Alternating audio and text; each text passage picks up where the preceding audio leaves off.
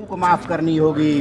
कन्या का पहला वाक्य है कि ऐ पतिदेव, यदि आप तीर्थ करें, व्रत करें, दान करें, यज्ञ करें तो मेरे साथ में करें, मेरी सहमति से करें, तब मैं आपके वाम भाग में आऊँगी। द्वितीये ओम द्वे ऊर्जे विष्णुस्त्वानयतु हव्य प्रदानैरमरान् पितृस्य कव्य प्रदानैर्यदि पूजयेथाह वामांगमायामि तदा त्वदीयं जगाद कन्या वचनम द्वितीयम्। जब कन्या दूसरी कुरी पर पांव रखती है तो वह भगवान ब्रह्मा को साक्षी लेकर कहती है कि आज से मैं अपने माता पिता के पक्ष को छोड़ करके वर के पक्ष जा रही हूँ, वर को मेरी 2 चूक माफ करनी होगी। कन्या का दूसरा वाक्य है कि है पतिदेव, यदि आप हवन करें, पितरों को कव्य दें, उनका पूजन करें तो मेरे साथ में करें, मेरी सहमति से करें, तब मैं आपके वाम भाग में आऊँगी। तृतीये ओम त्रिणीरासस्वाय विष्णुस्वानयतु कुटुंब रक्षा भरणम यदि त्वं कुर्याः पशूनां परिपालनं च वामांगमायामि तदा त्वदीयं जगाद कन्या वचनम तृतीयम्। जब कन्या तीसरी कोरी पर पांव रखती है तो वह भगवान शंकर को साक्षी देकर कहती है कि आज से मैं अपने माता पिता के पक्ष को छोड़ करके वर के पक्ष जा रही हूँ, वर को मेरी 3 चूक माफ करनी होगी। कन्या का तीसरा वाक्य है कि ऐ पतिदेव, यदि आप परिवार का भरण पोषण करें, पशुओं का पालन करें, जो भी व्यापार करें, मेरी सहमति से करें, मेरे साथ में करें, तब मैं आपके वाम भाग में आऊँगी। चतुर्थे ओम चत्वारि मयो भवाय विष्णुस्त्वानयतु आयं व्ययं धान्य धनादिकानां दृष्ट्वा निवेशं प्रगृहं निदध्याः वामांगमायामि तदा त्वदीयं जगाद कन्या वचनं चतुर्थम्। जब कन्या चौथी कोरी पर पांव रखती है तो वह चारों वेदों को साक्षी देकर कहती है कि आज से मैं अपने माता पिता के पक्ष को छोड़ करके वर के पक्ष जा रही हूँ, वर को हमारी 4 चूक माफ करनी होगी। कन्या का चौथा वाक्य है कि ऐ पतिदेव, यदि आप आय करें, व्यय करें, धन इकट्ठा करें, धन खर्च करें, जो भी काम करें वो मेरे साथ में करें, मेरी सहमति से करें, तब मैं आपके वाम भाग में आऊँगी। पंचमे ओम पंच पशुभ्यो विष्णुस्त्वानयतु देवालयो राम तडागकूपं वापि विदध्या यदि पूजयेथाह वामांगमायामि तदा त्वदीयं जगाद कन्या वचनं च पंचमम्। जब कन्या 5वीं कोरी पर पांव रखती है तो वह 5 पांडवों को साक्षी देकर कहती है कि आज से मैं अपने माता पिता के पक्ष को छोड़ करके वर के पक्ष जा रही हूँ, वर को हमारी 5 चूक माफ करनी होगी।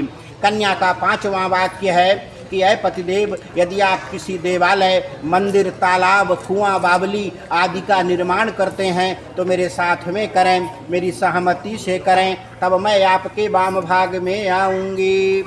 षष्ठमे ओम षष्ठे ओम षड्भ्यो विष्णुस्त्वानयतु देशान्तरे वा स्वपुरान्तरे वा यदा विदध्याः क्रय विक्रये त्वं वामांगमायामि तदा त्वदीयं जगाद कन्या वचनं च षष्ठम्। जब कन्या 6वीं कोरी पर पांव रखती है तो वह 6 जो ऋतु हैं उनको साक्षी देकर कहती है कि आज से मैं अपने माता पिता के पक्ष को छोड़ करके वर के पक्ष जा रही हूँ, वर को हमारी 6 चूक माफ करनी होगी। कन्या का 6वां वाक्य है कि ऐ पतिदेव, यदि आप इस देश में रहें या दूसरे देश में रहें, जहाँ भी रहें, जो भी क्रय विक्रय करें तो मेरी साथ में करें, मेरी सहमति से करें, तब मैं आपके वाम भाग में आऊँगी। सप्तमे ओम सप्त सखे सप्तपदा भवसा मामनुव्रता भवस्त्वानयतु न सेवनीया परिकीय जाया त्वया भवे भावनिका मनेश्य वामांगमायामि तदा त्वदीयं जगाद कन्या वचनं च सप्तमम्। जब कन्या 6वीं कोरी पर पांव रखती है जब कन्या 7वीं कोरी पर पांव रखती है तो वह अपने 7 सखियों को साक्षी देकर कहती है कि आज से मैं अपने माता पिता के पक्ष को छोड़ करके वर के पक्ष जा रही हूँ, वर को हमारी 7 चूक माफ करनी होगी। कन्या का 7वां वाक्य है न सेवनीया परिकीय जाया त्वया भवे भावनिका मनुष्य। ऐ पतिदेव, मेरे अलावा आप किसी दूसरी पराई स्त्री का सेवन नहीं करेंगे, तब मैं आपके वाम भाग ये तो बड़ा वचन है, ये तो बड़ा वचन। इस प्रकार से ये कन्या का 7 वाक्य रहा। कन्या के 7 वाक्यों को सुनने के बाद वर के भी कुछ वचन हैं जो आगे पंडित जी सुनाएंगे। अब बेटा आपको उधर बैठना, फिर इधर आ जाओ, पहले आप उधर बैठ जाओ। वर का तो आप सुना दीजिए पहले, हाँ। ये पूरी मिटवा दीजिए, तब फिर इसके बाद वो तो मैंने कहता रहा। वर पक्ष से आप आचार्य हो तो आप सुना दीजिए। कन्या पक्ष से हमने सुनाई दिया। भैया 5 वचन और 7 वचन में एक वचन मैं और जोड़ रहा हूँ। विश्वास पात्र बनना है एक दूसरे के, और वो विश्वास पात्र ही एक सबसे बड़ी कील है। जो गृहस्थी की गाड़ी चलाती है उसमें कील रहती है। अगर कील एक दूसरे के विश्वास डगमगा जाता है तो गाड़ी की गृहस्थी जो है गृहस्थी बिखर जाती है। इसलिए एक दूसरे के विश्वास पात्र बनना ये सबसे बड़ा वचन है, और इसी को हमको ध्यान रखना है कि सारे वचनों में विश्वास एक दूसरे का जीतना है। 7 वचन तो इनने माने आपको स्वीकार हुए, समझ में आया? मैंने कन्या ने जो 7 वचन कहे कि हाँ मुझे 7 वचन स्वीकार है, जब जब धर्म का काम करूँगा मैं आपके सन्निध होकर के ही करूँगा। ठीक है, आपने स्वीकार किए और आपने कहा कि अब आपके 7 वचन मैंने स्वीकार किए, लेकिन मेरे 5 वचन के बराबर एक वचन है। मैं 5 वचन बार बार नहीं कहूँगा, एक वचन में ही 5 वचन मेरे हो रहे हैं। कहने का तात्पर्य वही है कि 5 बार नहीं कह के मैं एक ही बार में कह रहा हूँ कि 5 बातों को आप एक ही साथ में समझ लें। समझ गया? तो आपने कहा कि जब तक मैं घर रहूं तब तक कीड़ा आमोद प्रमोद हास्य परिहास जो हम करते हैं घर में, समाज में, हम कहीं जाते तो साथ में जाते हैं। पत्नी जो होती पति के साथ जाती है जब तक।